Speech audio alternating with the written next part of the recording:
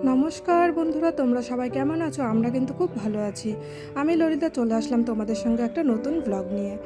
আজ জামাই ষষ্ঠী, মানে কালকে জামাই ষষ্ঠী ছিল, সেই ব্লগটা আমি আজকে দিচ্ছি। আর আমার দিনটা কিন্তু খুব ভালোভাবেই কেটেছে, কারণ আমার আজকে বাড়িতে থাকার থেকে অন্য বাড়িতে থেকে সময়টা কেটে গেছে। আর এই যে সকাল বলতে তাও এখন 10টা মতন বাজে।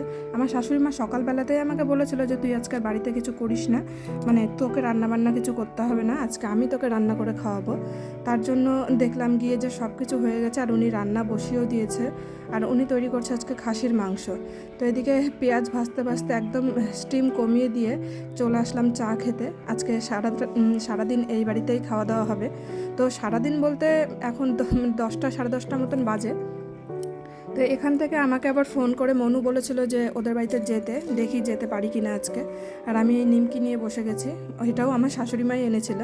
আর এদিকে মাংস একদম ধীরে ধীরে রান্না করছিল উনি, আর তার ভিতরে দিয়ে দিল গোটা রসুন। আর আমাদের বাড়িতে না সবাই গোটা রসুন খেতে খুব পছন্দ করে, এজন্য অনেকগুলোই দেওয়া হলো। আর বাড়িতে লোক সংখ্যাও বেশি। আর এখানে উনি ভিডিও দেখছিল, আর উনি খুব খুশি, উনিও ভিডিও করে। সবাই মিলে আড্ডাও দিচ্ছিলাম, এদিকে আমার শাশুড়ি মা রান্নাও করছিল। তো আমি বললাম যে দাও আমি রান্নাটা করছি। তো উনি আমাকে কোনো মতেই রান্নাটা করতে দিল না, বলছেন না থাক, একটা দিন তোকে আর কিছু করতে হবে না, আমি করে নিচ্ছি। আর এদিকে ওনার জিরে ধনে গুঁড়ো শেষ হয়ে গেছিলো, ওটাও আবার গুঁড়ো করে নিল ওর মাঝখানে। আর যতই বলি না কেন, ওনাদের সঙ্গে কাজে আমরা কখনোই পেরে উঠবো না, ওনাদের কাজের গোছালটাই আলাদা। আর এই দেখো মাংসের কালারটা কত সুন্দর হয়েছে, আর খুবই টেস্ট হয়েছিল মাংসটা খেতে। আর একটু শেষের দিকে উনি জিরে ধনে গুঁড়োটা দিয়ে দিল, আর এখানে পেঁপেও দিয়েছিল 4 টুকরো, তাতে মাংসটা খুব ভালোভাবে গলে যায়। আর তার ভিতরে দিয়ে দিল আলু। আমরা বাঙালিরা তো আলু ছাড়া মাংসর কথা ভাবতেই পারি না। তো আজকে হবে পাতলা ঝোল।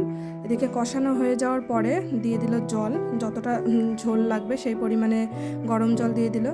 তারপরে ঢাকা দিয়ে রেখেছিল প্রায় 30 মিনিট মতন, তার ভিতরে মাংসটা খুব সুন্দর গলে গেছে। আর এই যে রান্নাটা প্রায় শেষ, এখন দিয়ে দিচ্ছে গুঁড়ো গরম মশলা। আর এখনই তরকারিটা নামিয়ে নেওয়া হবে। তো আমাদের দুপুরের খাওয়া দাওয়া একটু আজকে তাড়াতাড়ি হয়েছিল। আর মনু আমাকে ফোন করে বলছিল বৌদি একটু তাড়াতাড়ি আসবে, তাই আমি তাড়াতাড়ি করে রেডি হয়ে এখন যাব মনুদের বাড়িতে। তাড়াতাড়ি বলতে তাও এখন 3টে সাড়ে 3টে মতন বাজে। ও আমাকে একটু সকালে যেতে বলেছিল, কিন্তু আমি ভাবলাম গিয়ে এত তাড়াতাড়ি কী করব, একটু লেট করেই যাই। আর আমার ছেলে আর আমি যাচ্ছি। তো যাওয়ার পথে ভাবলাম এত গরমের মধ্যে কি নিয়ে যাব, তো একটা ঠান্ডার বোতল নিয়ে নিলাম। আর যদিও আমাদের বাড়ি থেকে মনুদের বাড়ি খুব বেশি দূর না, কিন্তু হেঁটে হেঁটে দুপুরবেলা যেতে ভালোও লাগছিল না, তাই একটা টোটো করে নিলাম। আর গলির ভিতরে গিয়ে ওদের বাড়িতে চলে গেলাম।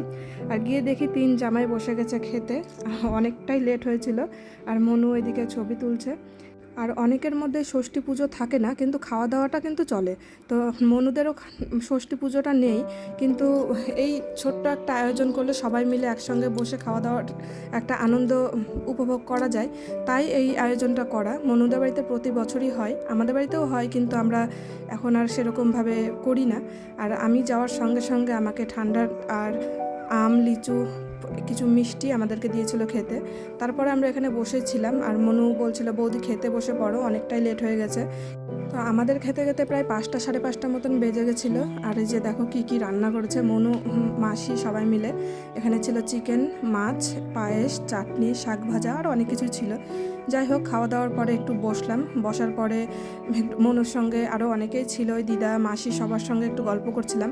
তারপরে এই যে দেখো অনেক বড় একটা আম গাছ, এটা মনুদেরই গাছ। আর এই আমগুলো আমরা থাকাকালীন একটা একটা করে টপ টপ করে পড়তেই আছে। আর আমি তো মানে যতক্ষণ ছিলাম কতগুলো যে আম কুড়িয়ে রেখেছিলাম। তারপরে ওখান থেকে আমি কিছু আম নিয়ে চলে আসলাম। আর এই যে আম শক্ত, এটা মনুর নিজের হাতে বানানো। ও খুবই সুন্দর রান্না করতে পারে, আর খুব সুন্দর এই সব জিনিস তৈরি করতে পারে। তো আমি চলে আসলাম ওখান থেকে। আসার পথে দেখি এখানে তাল বিক্রি হচ্ছে, মানে তালশাঁস। আর এই বছর এই প্রথম আমি তালশাঁস নিলাম। আর আমাকে নিতে এসেছিল অরিত্রহর বাবা। তো ওখান থেকে ভাবলাম যে এসেছি যখন আমার শাশুড়ি মায়ের দোকানে কিছুটা টাইম বসি। তো ওখানে গিয়ে ওনার সঙ্গে একটু গল্প করছিলাম, আর দোকানে অনেক কাস্টমারও ছিল। তো উনি বলছেন যে তুই যা, জিনিসপত্র দেখতে দেখতে একটা শাড়ি আমার নজরে পড়লো, সেই শাড়িটা আমার খুব পছন্দ হলো। আর আমি শাড়িটা নিয়ে গেছিল উনি মার্কেটে। মা বলছিল যে তোকে এখন নিতে হবে না, তুই পরে নিস। তার ভিতর থেকে আমার আবার একটা শাড়ি পছন্দ হলো। তো তারপরে আসার সময় চাউমিন নিয়েছি 1 প্লেট, ওর বাবা খাবে, কারণ বিকেলের দিকে কিছু খাওয়া হয়নি। আর তারপরে বাড়ি চলে আসার পরে এখন আমরা তালশাঁস খেয়ে নেব। তো বন্ধুরা, তোমাদের ভিডিওটা কেমন লাগলো অবশ্যই আমাকে কমেন্ট করে বলো, আর যদি ভালো লেগে থাকে তাহলে একটা লাইক করে দিও। তো আজকের ভিডিওটা এই পর্যন্তই। তোমরা সবাই সুস্থ থেকো, ভালো থেকো, টাটা।